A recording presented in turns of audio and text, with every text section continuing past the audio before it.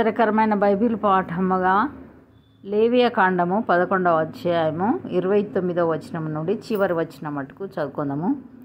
నేల మీద ప్రాకు జీవరాశులలో మీకు అపవిత్రమైనవి ఏవేవనగా చిన్న ముంగిస, చిన్న పందికొక్కు, ప్రతి విధమైన బల్లి, ఉసరవెల్లి, నీల మొసలి, తొండ, సరటము, అడవి ఎలుక, ప్రాకు వాటిలో ఇవి మీకు అపవిత్రములు. ఇవి చచ్చిన తరువాత వీటిని ముట్టిన ప్రతి వాడు సాయంకాలం వరకు అపవిత్రుడాగును.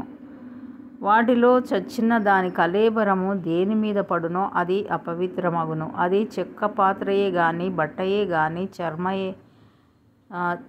చర్మమే గాని, సంచియే గాని, పనిచేయు ఉపకరణము ఏదియు గాని అయిన ఎడల దానిని నీళ్లలో వేయవలెను. అది సాయంకాలం వరకు అపవిత్రమయ్యుండును. తర్వాత అది పవిత్రమగును. వీటిలో ఏదైనాను మంటి పాత్రలో పడిన ఎడల దానిలోనిదంతయు అపవిత్రమగును. మీరు దానిని పగులగొట్టవలెను. తినదగిన ఆహారం అంతటిలో దేని మీద ఆ నీళ్లు పడునో అది అపవిత్రమగును. అట్టి పాత్రలో త్రాగిన ఏ పానీయమును అపవిత్రము.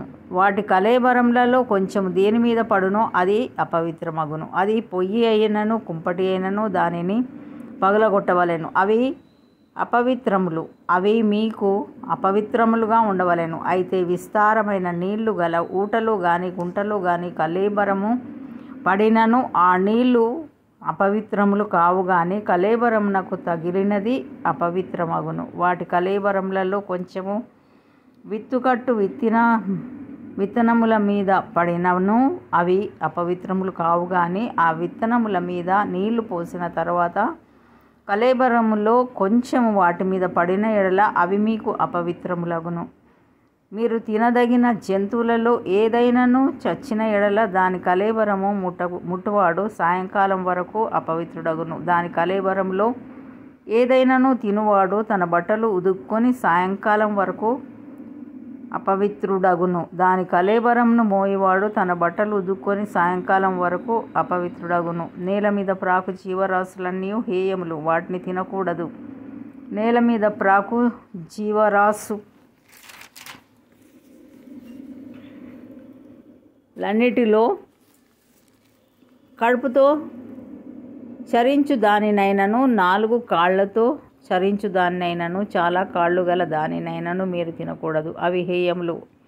ప్రాకు జీవరాశులలో దేనినైనను తిని మిమ్మును మీరు హేయపరచుకొనకూడదు. వాటి వలన అపవిత్రులగునట్లు వాటి వలన అపవిత్రత కలుగ చేసుకొనకూడదు. నేను మీ దేవుడినైన యెహోవాను. నేను పరిశుద్ధుడను గనుక మీరు పరిశుద్ధులై ఉండునట్లు మిమ్మును మీరు పరిశుద్ధపరచుకొనవలెను. నేల మీద ప్రాకు జీవరాశులలో దేని వలనను మిమ్మును మీరు అపవిత్రపరచుకొనకూడదు. నేను మీకు దేవుడనై ఉండుటకు ఐగుప్తు దేశంలో నుండి మిమ్మును రప్పించిన యెహోవాను. నేను పరిశుద్ధుడను గనుక మీరును పరిశుద్ధులు కావలెను.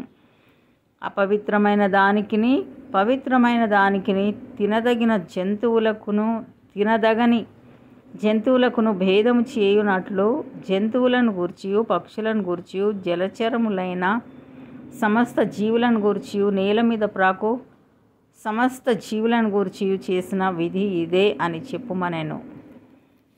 ఇంతటితో ఈ దినం కొరకైన బైబిల్ పాఠం సరి.